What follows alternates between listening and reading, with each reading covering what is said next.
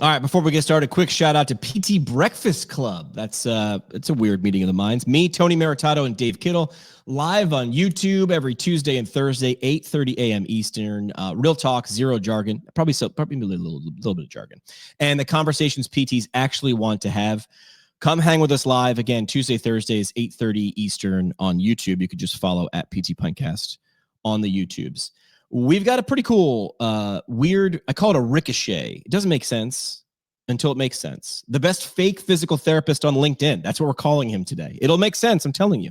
Never treated a day in his life, but somehow keeps getting mistaken for a PT all the time. Currently obsessed with connecting wellness and longevity to the profession of physical therapy. Please welcome back to the show, Hunter McWhorter. Hunter, welcome back to the program, my man. Thanks for having me. Excited to be back. What does it mean? I introed you. Fake PT, best fake PT on the internet. You're mistaken for a PT. Why? Like, how did that start? Why? Where does this come from? Yeah, I always want to be a physical therapist and just decided to stay in the field without getting the DPT after my name. First of all, maybe not a horrible financial decision, but keep going. You found a niche. You found a narrow angle. Keep going. Yes. Yeah. And now seeing where it is, I'm like, hey, this might actually not be the worst, like you're saying, from a financial standpoint. And so been in it for so long now. And I guess my content resonates every once in a while with people when I post on LinkedIn, and recruiters just see, oh, you worked at PT Solutions. Oh, you've done stuff with physical and web PT. Like, surely you have to be a PT. And then I get fun traveling PT roles offers all the time. I get all sorts of opportunities, and it's always fun when they're like, wait, what? And I've even asked AI, I'm like, does it say anywhere on my LinkedIn that I'm a physical therapist? No. Even AI is tricked by it. So that's how I'm like, I probably need to really focus on some stronger rebranding. So we're just embracing it now. All right. So you're PT adjacent. You're sort of entrenched, but you come at it with a different angle. So let's make this more of rapid fire questions. Cool. Answer one word, one sentence, one paragraph, one, soliloquy, whatever you want to do.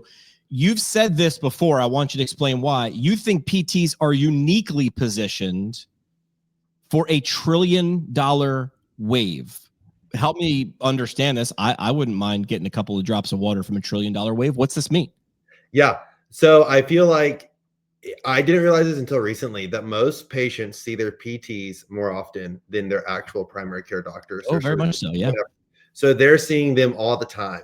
And there's also an increase in education around the patient of, hey, I want to live longer. Hey, I want to be healthier. You're seeing this health trend with wearables, with data. And it's slowly becoming a $1 trillion industry of longevity and wellness. And because of the frequency of which PTs see these people, and because of the relationships they build, I feel like it's a really easy way for PTs to start seeing it and be like, hold on, you're sleeping terribly. Have you thought about trying a supplement that might help you with sleep? Like little things like that. You're not shoving anything down anyone's throats. You're simply saying, like, I hear what you're saying as a person. And so here's some solutions for you that might help. Or, hey, you're really struggling with weight loss. Like maybe there's something else out there, a medication or something like that could help. And it's just helping leverage that relationship and the time you're investing in people. Why are PTs so anti this? Like it's almost a visceral reaction. Where's that? It feels like it's like this isn't our operating system or something like that. And we can't, it's difficult to remove, but some embrace it, but most don't. Where's it come from? I think a lot of it just comes from the education system. They worked so hard to become doctors. There was such a push to transition from the master's program to a doctor's program that they're like, we have clear swim lanes. We have to stay in because we worked really hard to get here. And I don't want to jeopardize my future, my business. Totally fair. But at the same time, it's, hey, do no harm. Like we want to help make people do better. If there's alternatives to it, what do you lose from just suggesting it when they could go to Rufus on Amazon and it'll tell them, hey, you have this, here's this suggestion, here's that suggestion. And it's like, people are trusting AI and the internet now. Why not try and help steer them in a healthier, better direction? Yeah. You got a hot take, and I like hot takes. I'm going to quote you, and then you got to back it up. You said the farmer's dog has better messaging than physical therapy. Break that down. What is the farmer's dog? Is that like one of those box subscriptions that comes in the mail? Yes, that their commercials are just heart-wrenching. They're almost up there with like the please adopt this animal commercials where it's in the arms of an angel. Yes. Sarah McLachlan. Exactly. The Sarah McLachlan special.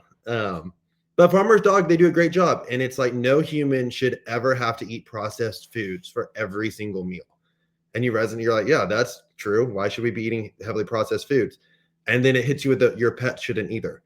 Here's a Farmer's Dog, like natural, organic food. It helps with their wellness, all of this. Like it improves their quality of life. And it makes it so short and resonates with you. Like, yeah, no one should be doing this. Like, why would anyone eat heavily processed food for every meal? It connects with PT. You hear some people say it's only good after surgery. It's only good if you're young. Like there's just so much mixed messaging that I feel like it could be super consolidated, especially when you see the ad campaign CrossFit put together for CrossFit, where it's like, wow, that's so clear.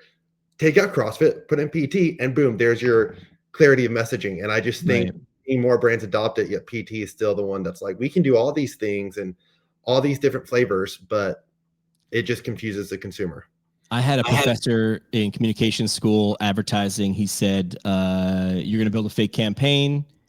We were actually doing real fake campaigns for real organizations in the community. So I thought that was brilliant because it felt like there were stakes. And he said, part of it is going to be a billboard, a bumper sticker, a t-shirt. And he said, on the billboard, you're allowed 7 words. On the t-shirt, you're allowed like 4. On the bumper sticker, you're allowed 5. Like he put a limit. He goes, you can have more, but every one more than that, you owe me $100.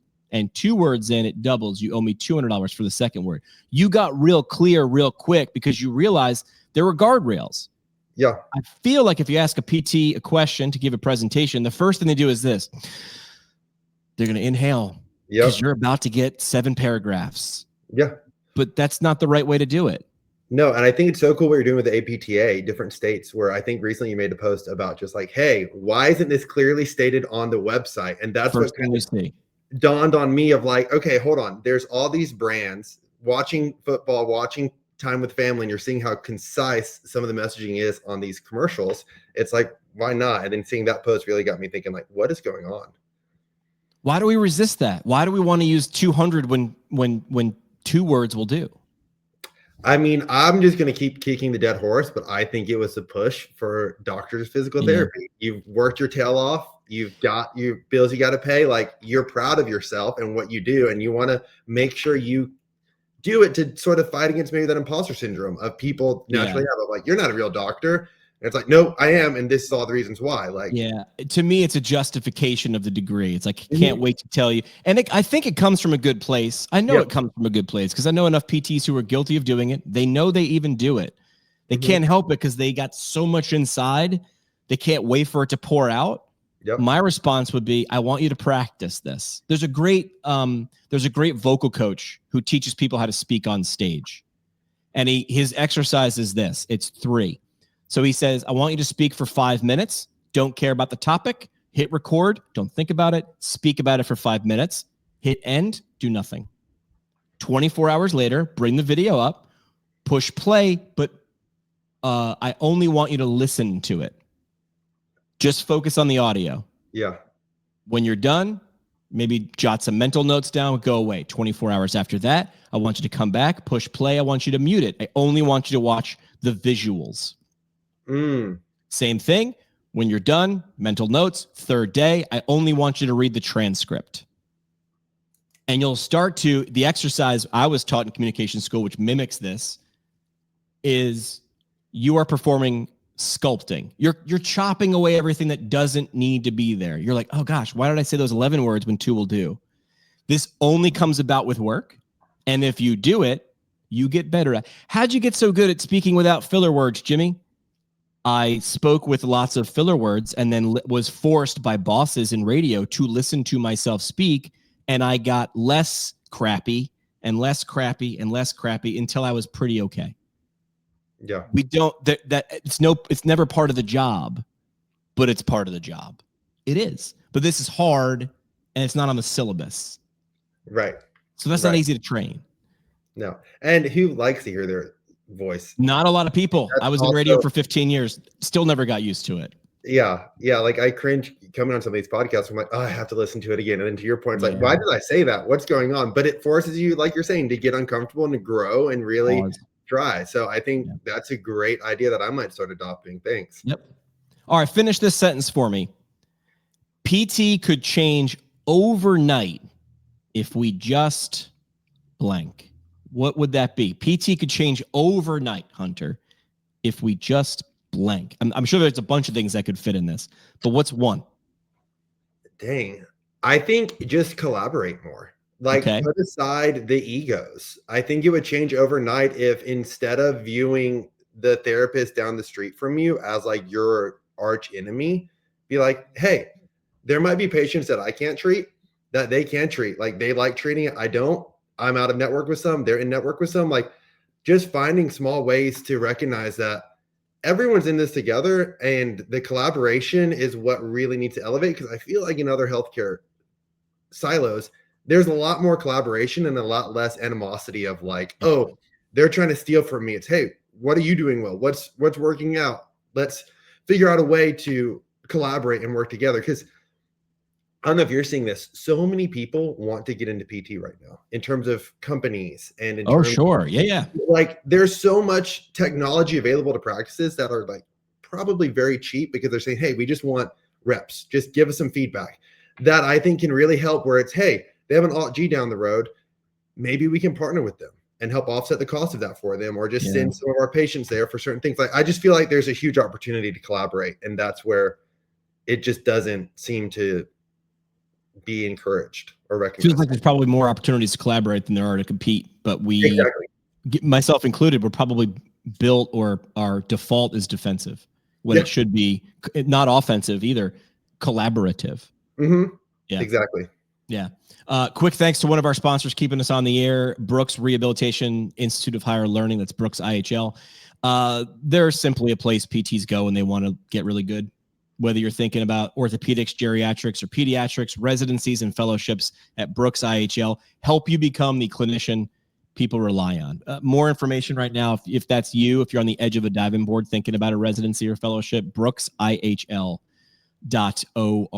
What got you interested, Hunter, in the wellness and longevity space in the first place? Again, you said at the top of the show, you're not a physical therapist, but what about the wellness, longevity, healthcare made you start paying more attention?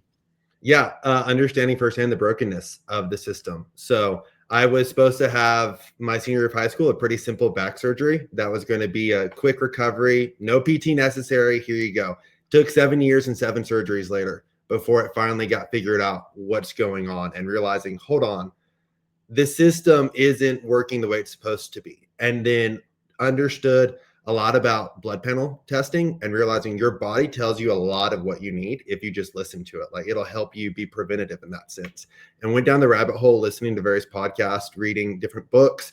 And then all of a sudden, I have a whoop. And so I started looking at the data differently and started seeing, okay, wait, if I sleep more and don't eat a meal later, my sleep improves, which then all these other metrics start improving. Like, what if I actually start trying to understand how all this comes together? And got the blood panel test, got on some supplements, and started realizing, like, you mean gaining weight does take work because it's just ignoring it. Things like that, that just, I didn't realize how simple it was to sort of take ownership of your health and start finding hacks from alternative perspectives that don't necessarily say, hey, here's a surgery, here's a prescription, here's whatever it is, and we're going to keep you in the sick cycle because that's how we're making money off of you. Yeah, I love that. Why does physical therapy as a profession need more non-physical therapists like Hunter who care about the profession? Why do we need that? Why is that a need and not a nice to have? Yeah, I think because there's a bit of an echo chamber where everyone has the same ideas and everyone went to school. They all went to the same exact general course load and all training. And so when you have people come in that don't have that perspective, they can offer new ideas and they can say, hey, well, what if we try it this way? Or what if we do it that way? Let's try innovating this. And 2, PTs only know what they know. And so oftentimes when I was selling into some of these practices, they didn't know billing. And so had they had somebody that understood billing that they're willing to bring in and do things, it could have been a whole different world for them. And they could have been seeing 6-figure profit instead of 6-figure losses, things like that, where I think it just helps elevate the profession. Let me ask you this. What can physical therapy as a profession learn from brands that communicate directly and simply with consumers? You mentioned CrossFit, you mentioned Farmer's Dog, but what are those things that they can learn from brands? You've done things like, I'm about to say a dirty word, bad word, selling. You've sold things. Yeah.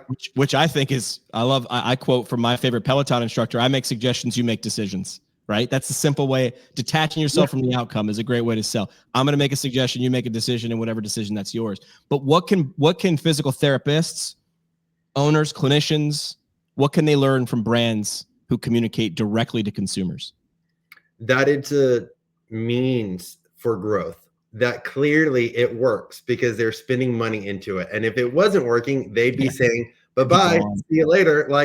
But I think healthcare as a whole is so used to potentially operating at a loss with insurance and all the other things that they have forgotten, okay, hold on. Consumers are out there. They want to get healthier. They want to stop living in pain. They want to do all of these things. Pharmaceuticals run the ads, and it gets them to go to their doctor to say, hey, what about this thing I saw a commercial on? Or pet food companies see it. There's so much there that I think if you just start viewing it from a lens of consumers are intelligent, they care about themselves now, and you're seeing an increase in general health awareness, why not help motivate people and meet them where they are? This is a great time. Like, there's so much attention. Like, why, I was walking with one of my friend's kids the other day, and someone was smoking, and I remember the reaction from the kids. It was so weird to see someone in the wild smoking, but 20 years ago, that was not weird. And 10 years ago, it wasn't weird. And now it's like, look what that person's doing. And the kid reiterated to me why it was bad for you. And I was like, we're in a moment right now where there's a big spotlight on health, wellness, taking care of yourself, what's good or bad for you, just being aware. Right? There's no right or wrong way, or, there's no one way to do a lot of these things, but people are hyper conscious. Yeah. Your radar is on, where if you start giving them good signals over time, they're going to start nodding along with you. And maybe I make suggestions, you make decisions. Maybe they make a decision to now do the thing that you've been preaching for 20 years, but now they're ready to hear that song. And that's got to feel, it's a moment right now. We should take advantage of that. Totally agree. And have you seen the research around the decrease in alcohol sales amongst the younger generation? It's this whole thing of there's an awakening, for lack of a better word, happening. And the PT is so primed for it. And it's crazy because I go to Crunch and they have PTs everywhere. They have treatment tables. They have hypervolts. They have Normatex. To anyone that doesn't know anything, they're like, hey, this is a physical therapist. Fine print says, no, that's a personal trainer that is cosplaying as a PT. But there's a business model there because Crunch pays for those people to be there. Correct. They have people that show up, that patients, clients that they have built relationships with. And so I think it's just showing there's a larger shift happening, and gyms are taking advantage of it right next to major physical therapy practices. It's like, how is this happening here? Like, what's going on? So I definitely think there's a unique opportunity. It's happening in plain sight. Their cards are being shown, and a lot of our professionals looking at it and going, but they're trying to say no, when a lot of people, in my opinion, it sounds like yours, should be saying yes. And how do we collaborate? Going back to that collaboration piece you mentioned before. Yeah. I want to say thanks to one of our sponsors, because that's something you can do. You can collaborate with sponsors. The episode brought to you today by Empower EMR, built specifically for physical therapy practices. It's the only EMR designed by PTs to think like a PT. See what makes them different at empoweremr.com. All right, Hunter, we're going to do a quick 3 questions in a row. The last one will be your parting shot, but rapid fire questions. Number 1, why should physical therapists care about this conversation that we just had about things like communication, collaboration, branding, saying it clearly? Why should they care about this entire conversation? This conversation is not on the syllabus at PT school, but why should they care? Yeah, because come January, they're going to have to, when deductibles reset, when all of a sudden it's a lot harder to find patients and it's a lot harder to hit your numbers, and you're going to be overwhelmed with Medicare, which some people love, some people loathe. But now's the time to start thinking about it and giving yourself a 4-week head start, maybe to start saying, hey, let's just throw stuff at the wall and see what sticks, because we have openings on our schedule. We don't really have a clear path to fill it. What's the worst thing that can happen? No messaging, no margin, no mission.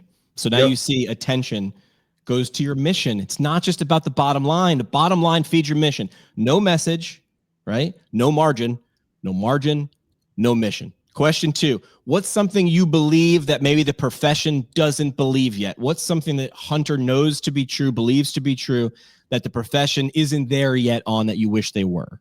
Yeah, supplements will not suddenly make you not a legit DPT. It's okay to recommend different supplements to people. It's okay to look into things like hormone replacement therapy, like things like that might actually benefit your patients. It's not going to suddenly put you on a watch list where the APTA will show up at your house and be like, you Googled this and we don't, this isn't on brand for us. Like, give us your license. Like, no, just try and learn. And worst case, you might start seeing some patients actually really respect you for that. And you gain tertiary business from that. Yep. Last thing we do on the episode is called the parting shot. That's just your mic drop moment, your soapbox statement. What's the last thing you want to leave with the audience as we wrap up today? What's your mantra? What's the thing? Yeah, I think the thing is you, as a practice owner, you control your own destiny. You don't have to continue to be beholden to the way things have always been done. You can find the companies, find the resources, find the partners out there to help make 2026 be a super successful year and not just have to feel like there's a gun to your head and you have to do the same thing over and over again. Yep.